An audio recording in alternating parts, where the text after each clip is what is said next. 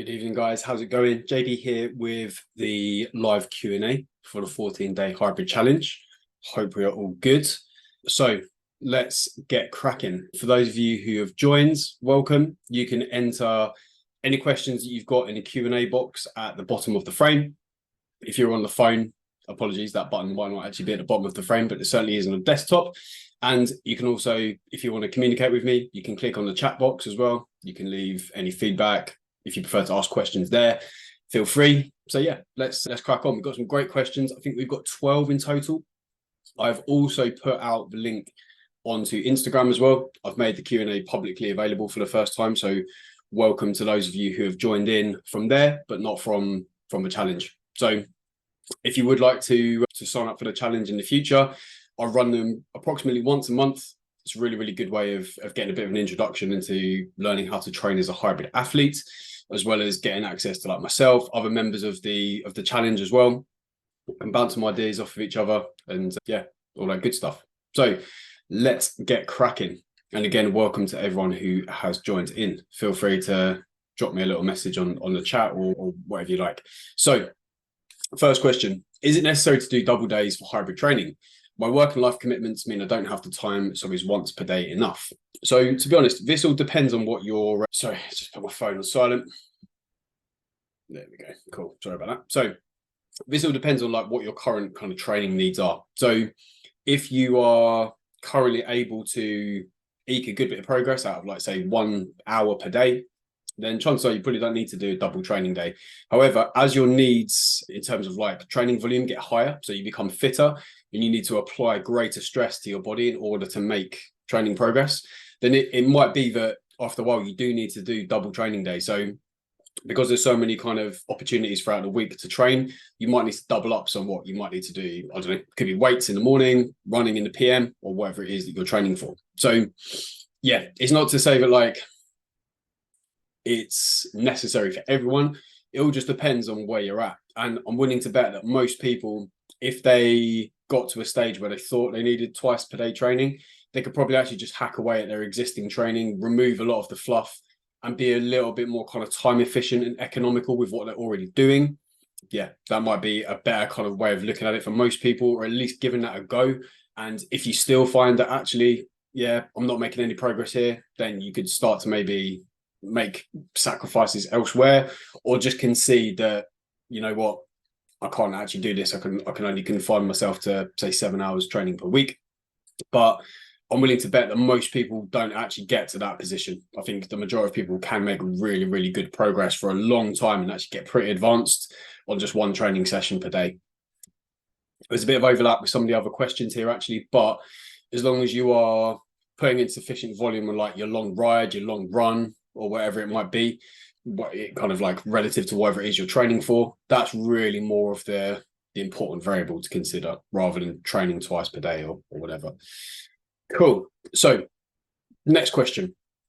Could you use this style and complete an Ironman without losing or even gain muscle? Yeah, I would say so. I mean, depending on how much training volume you're doing with regards to your endurance work, that's going to be quite a big determining factor on how efficient you are in being able to train to gain muscle. So if you think gaining muscle is like a signal dependent process, so can you train hard enough to initiate that signal to actually cause you to gain some muscle? So let's say, for example, you are really, really pushing it hard with your endurance volume and you are incredibly fatigued and tired, perhaps underfueled or whatever else it might be as a result of training really, really hard on the endurance side of things. It might be that you can't get a sufficient enough stimulus to actually create and elicit muscle growth, which could, of course, be a problem if you're training for an Ironman whilst trying to gain muscle at the same time. But the other important thing as well is to remember that if you're training in this like hybrid style and you have these multiple goals, are you making sure that you're controlling the intensity as far as your endurance work is concerned to actually enable you to push hard enough in the gym? So if you're overcooking your power on the bike a lot, if you're overcooking your heart rate on your long runs, on your easy runs, you're doing too much interval training, all of these kind of things are going to make gaining muscle incredibly difficult because you're not going to be able to actually put enough emphasis and effort and get sufficient output on your weight training sessions in order to actually be able to gain muscle or even perhaps maintain it. Also making sure that you're fueling enough as well. So you're eating plenty to kind of enable you to maintain your current level of body weight, at least. If you're losing substantial amounts of weight week in, week out, month to month or whatever, that's also going to be indicative of the fact that you are probably losing some muscle, or at least not in a very good place to, or a good position to be gaining it. So yeah, something to bear in mind there. So basically, in a nutshell, if you're trying to complete an Ironman, making sure that you are keeping your intensity in check with the endurance side of things so that you can train sufficiently hard in the gym in order to gain muscle, or at least be maintaining it, making sure that you're eating enough, and maybe looking at trying to pare everything back as far as the weight training is concerned so that you're applying a minimal effective dose. So what is the least amount of work that I need to do in order to actually still be gaining some muscle, or, as I say, maintaining it? Cool. Next one. What's the least amount of cardio I can get away with while still progressing with my aerobic fitness? So interestingly, just at the end of that last question, we were talking about what's the minimum effective dose for like training to gain muscle. So flip that question kind of almost to opposites. What's the minimum amount of work that we need to do in order to progress the aerobic fitness? So I would say if you're, let's say, for example, you're currently starting with nothing, but chances are that applying just a little bit is going to be incredibly helpful. So could be 15 minutes 3 times a week, let's say, for example, even 10 minutes 3 times per week. That's going to be progressing your aerobic fitness. If your base to start off with, or your baseline to start off with is pretty low, you're not going to need all that much to kind of level up. Okay. However, the fitter you get, the more stress you're going to need to apply to get the adaptations that you want. So you're going to have to do that a little bit more. And I think that most people should be trying to progress towards doing total 150 minutes of moderate intensity exercise per week. So this is kind of like what the current physical activity guidelines are, as recommended by like the American College of Sports Medicine. I'm pretty sure the NHS guidelines are the same as well. 150 minutes of moderate exercise per week. And that's going to be something which is going to elevate your heart rate. So it could be like, for some people, it might be like a brisk walk. For other people, it might be something more like a jog or an easy run, but something to accumulate that amount of exercise across the week. That's only 5 30-minute blocks of exercise per week. We could spread it out even more. You could do more on some days, less on others, whatever it might be. Okay. Welcome to everyone who's just joined, by the way. If you've got any questions, pop them in the Q&A at the bottom. So yeah, that like just think aiming for that 150 minutes per week, but doing more than what you're currently doing is probably going to be enough to move the needle. Okay, that's a good way of thinking about it.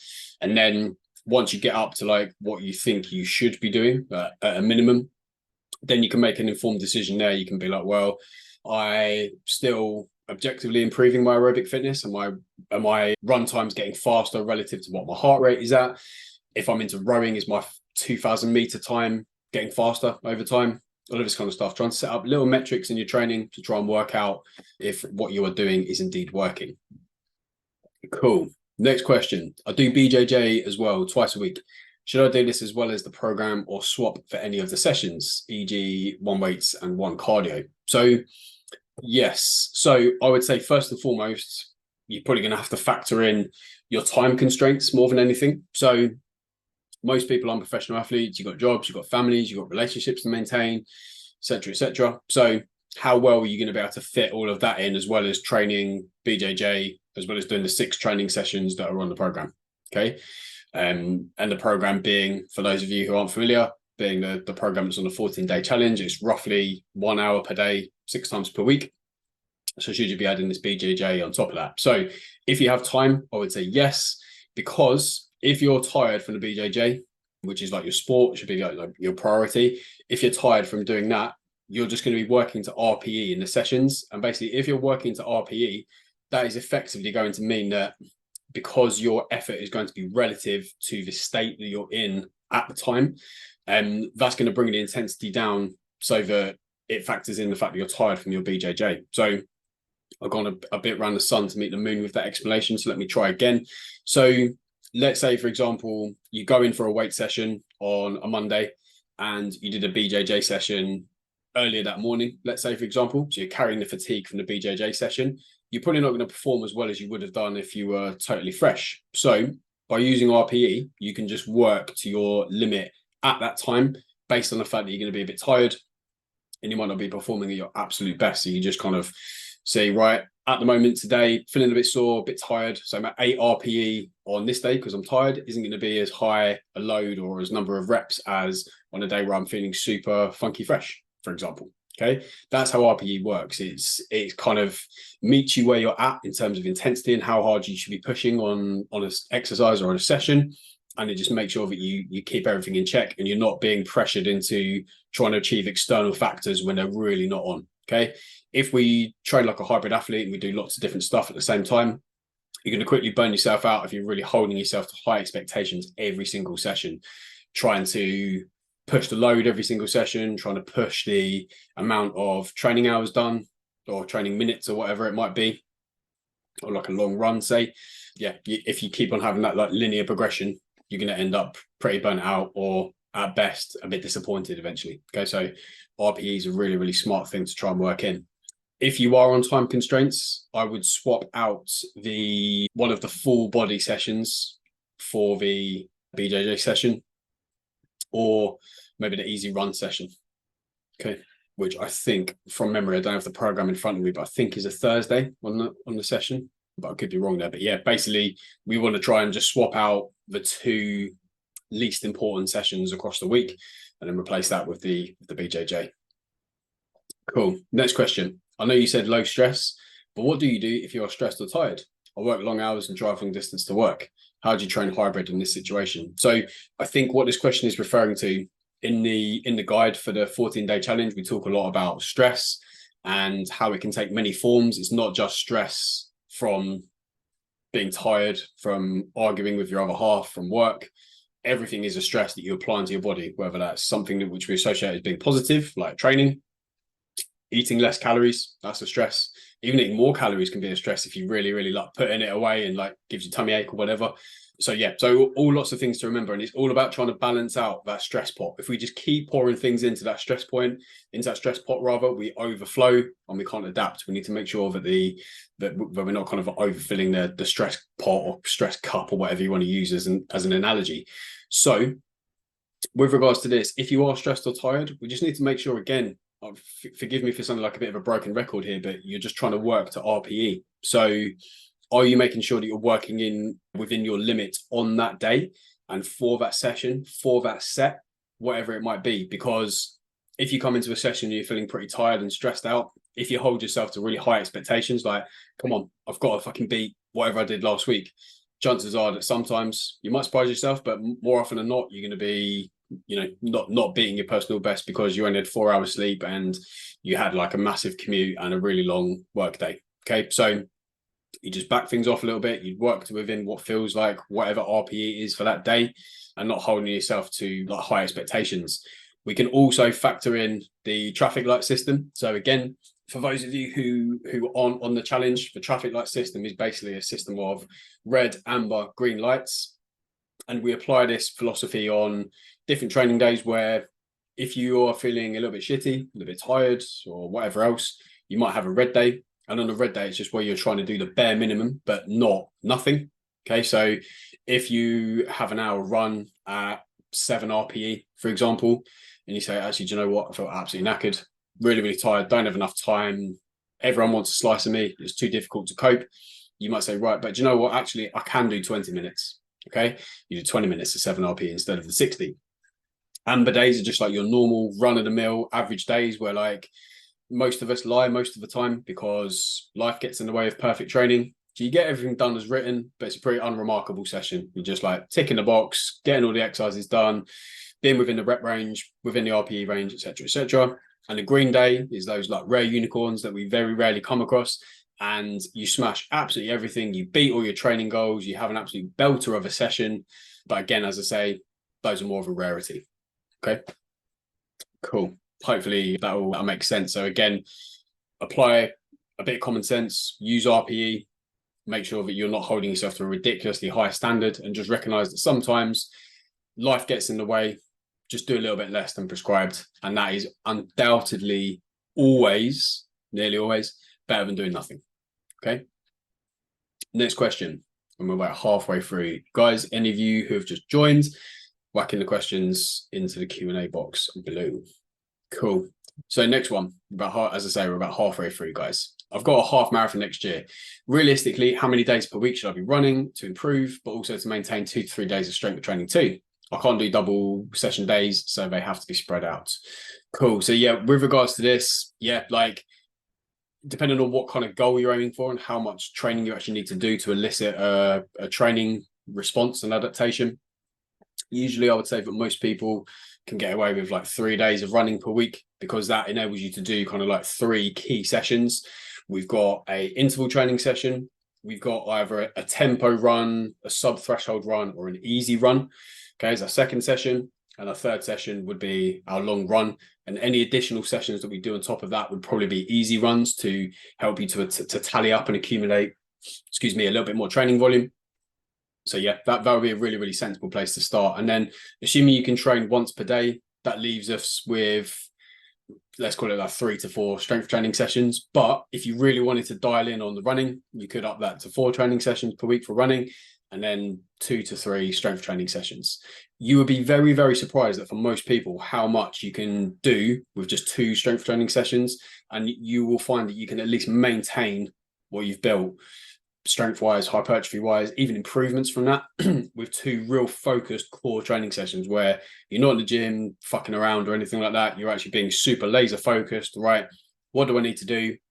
What exercises do I need to remove because it's all complete fluff and a bit of a waste of time, like excessive warm-ups, excessive amounts of volume on smaller body parts, or even just body parts in general and different movements. How can I really, really pare things back to actually make sure that, right, why am I doing this exercise? What kind of training response is it going to bring about?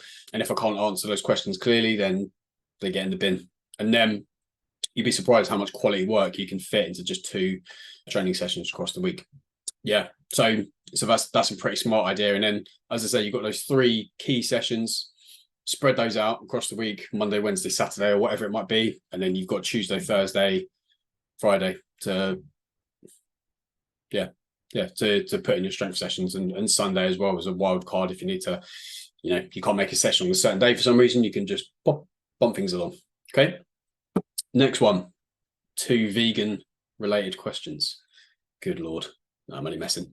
Right. So with regards to this, really, really important to remember. Well, let me read the question first. Sorry. How would you go about setting up calories and macros for a vegan athlete or gym goer?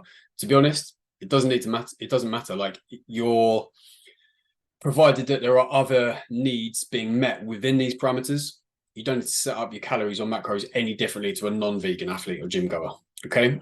So as a rule of thumb, if someone's cutting, I normally go 10 to 14 calories per pound off the top of my head, 14 to 16 calories per pound if they're maintaining, and whatever is needed to push the weight up for if the goal is weight gain.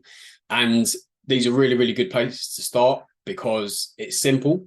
Okay, so that's a real straightforward thing. You don't need to know height, gender, mother's maiden name, whatever stupid other shit you need to plug into a calculator, because even though all of these things, like, things like the Mifflin-St. Jeor equation and all these kind of things, even though they ask for more information, it can feel more accurate.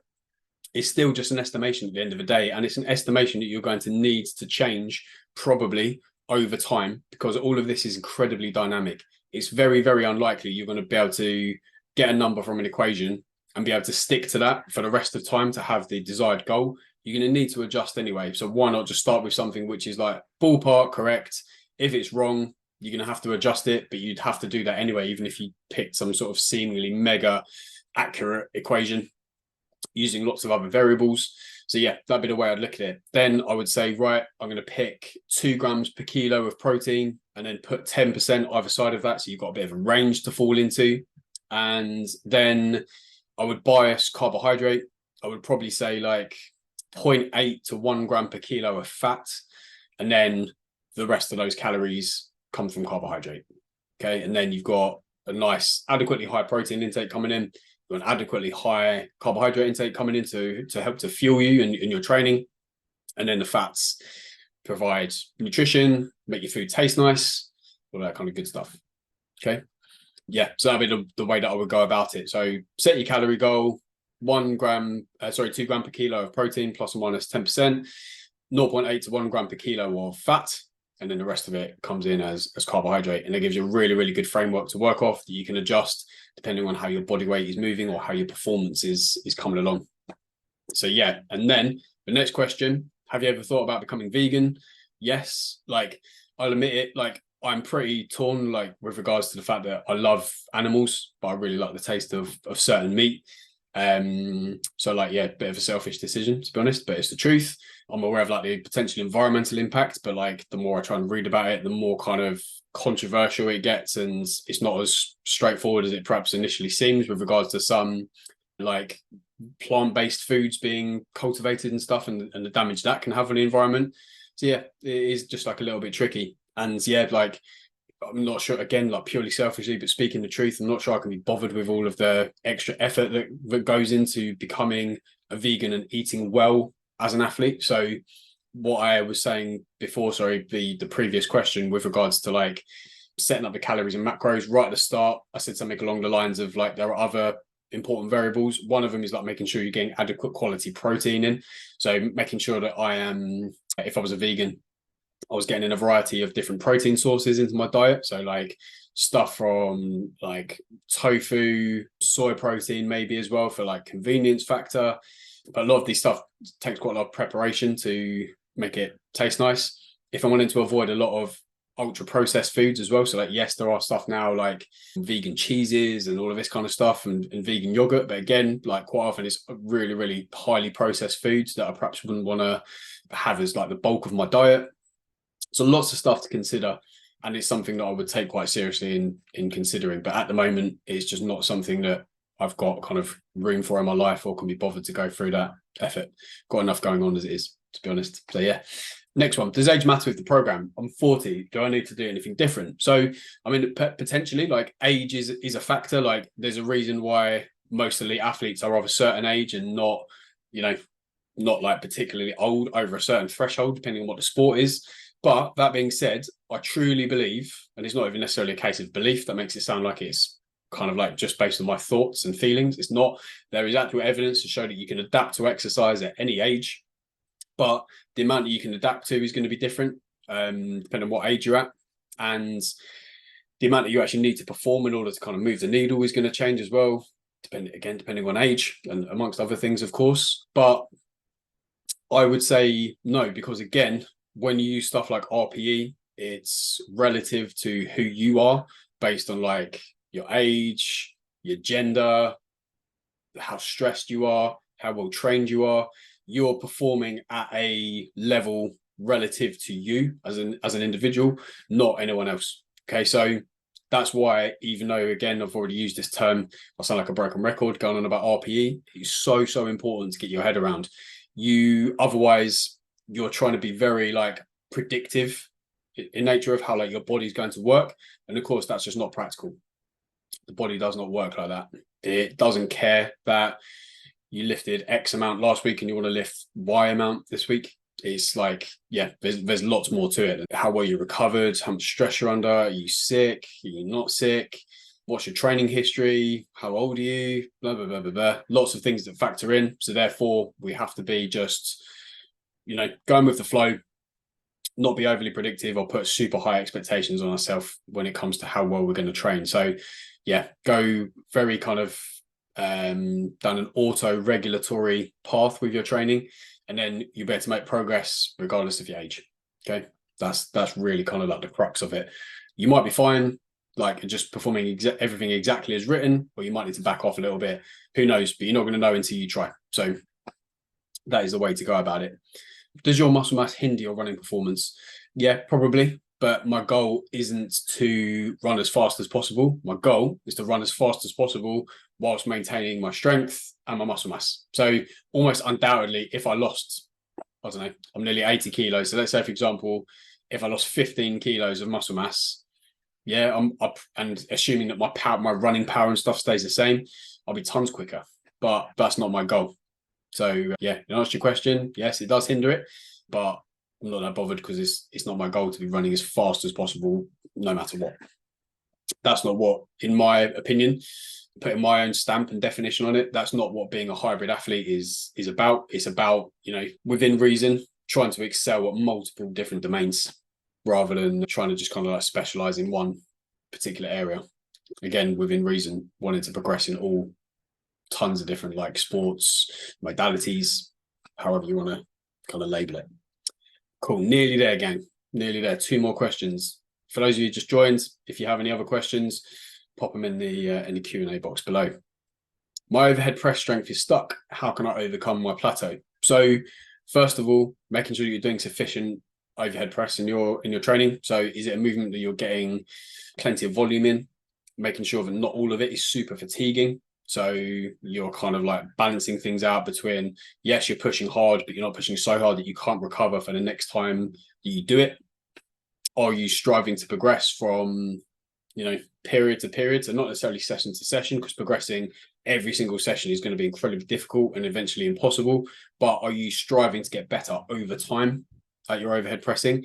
Are you trying to progress in different rep ranges? So it's not all about just trying to, when you're improving your strength, just trying to improve your 1RM. It's also about trying to improve your 3RM, your 6RM, your 10RM, 8RM, and whatever it might be, trying to get strong in different rep ranges to carry over to your strength.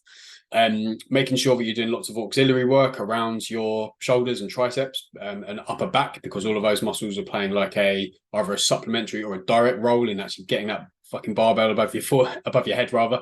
So yeah, all of those kind of things need to be factored in too. Also, interestingly enough, I find that not enough people take into consideration like the technical aspect of an overhead press. I think like for myself and most other people, the overhead press is incredibly technical in like versus the bench press.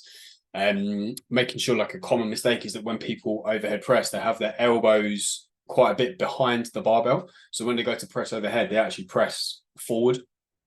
Whereas during an overhead press, really you want to keep the elbow slightly in front or stacked underneath the barbell to make sure that the force is kind of like driving the barbell upward, just as an example. Yeah, and also just be patient, like remembering that the range of motion is pretty big. A lot of the musculature involved is like, it's kind of reasonably small. Yeah, like lots of things come into it. But more importantly, I think that when most people, as long as your training program isn't really stupid, most people, when it comes to getting stronger, just need to be a little bit more patient. And that's like a pretty big thing. Cool. Right. Unless anyone else has any questions, the next one is the last question. So as I say, anyone who's joined, please feel free to whack in a question in the box. So last one. Is training like a hybrid athlete suitable for me as a, bear with me. Sorry about that. Right, let me start again. Apologies. Is training like a hybrid athlete suitable for me as a beginner?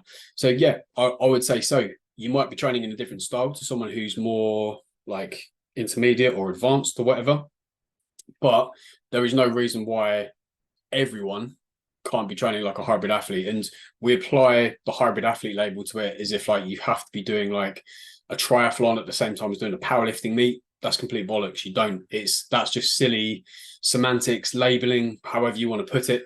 Instead, a hybrid athlete is, in my eyes, is just someone who is trying to excel or improve and progress at various different modalities of fitness. So it could be trying to get your it could be general. It could be trying to improve your cardiovascular fitness and your strength, or your cardiovascular fitness and your muscle mass.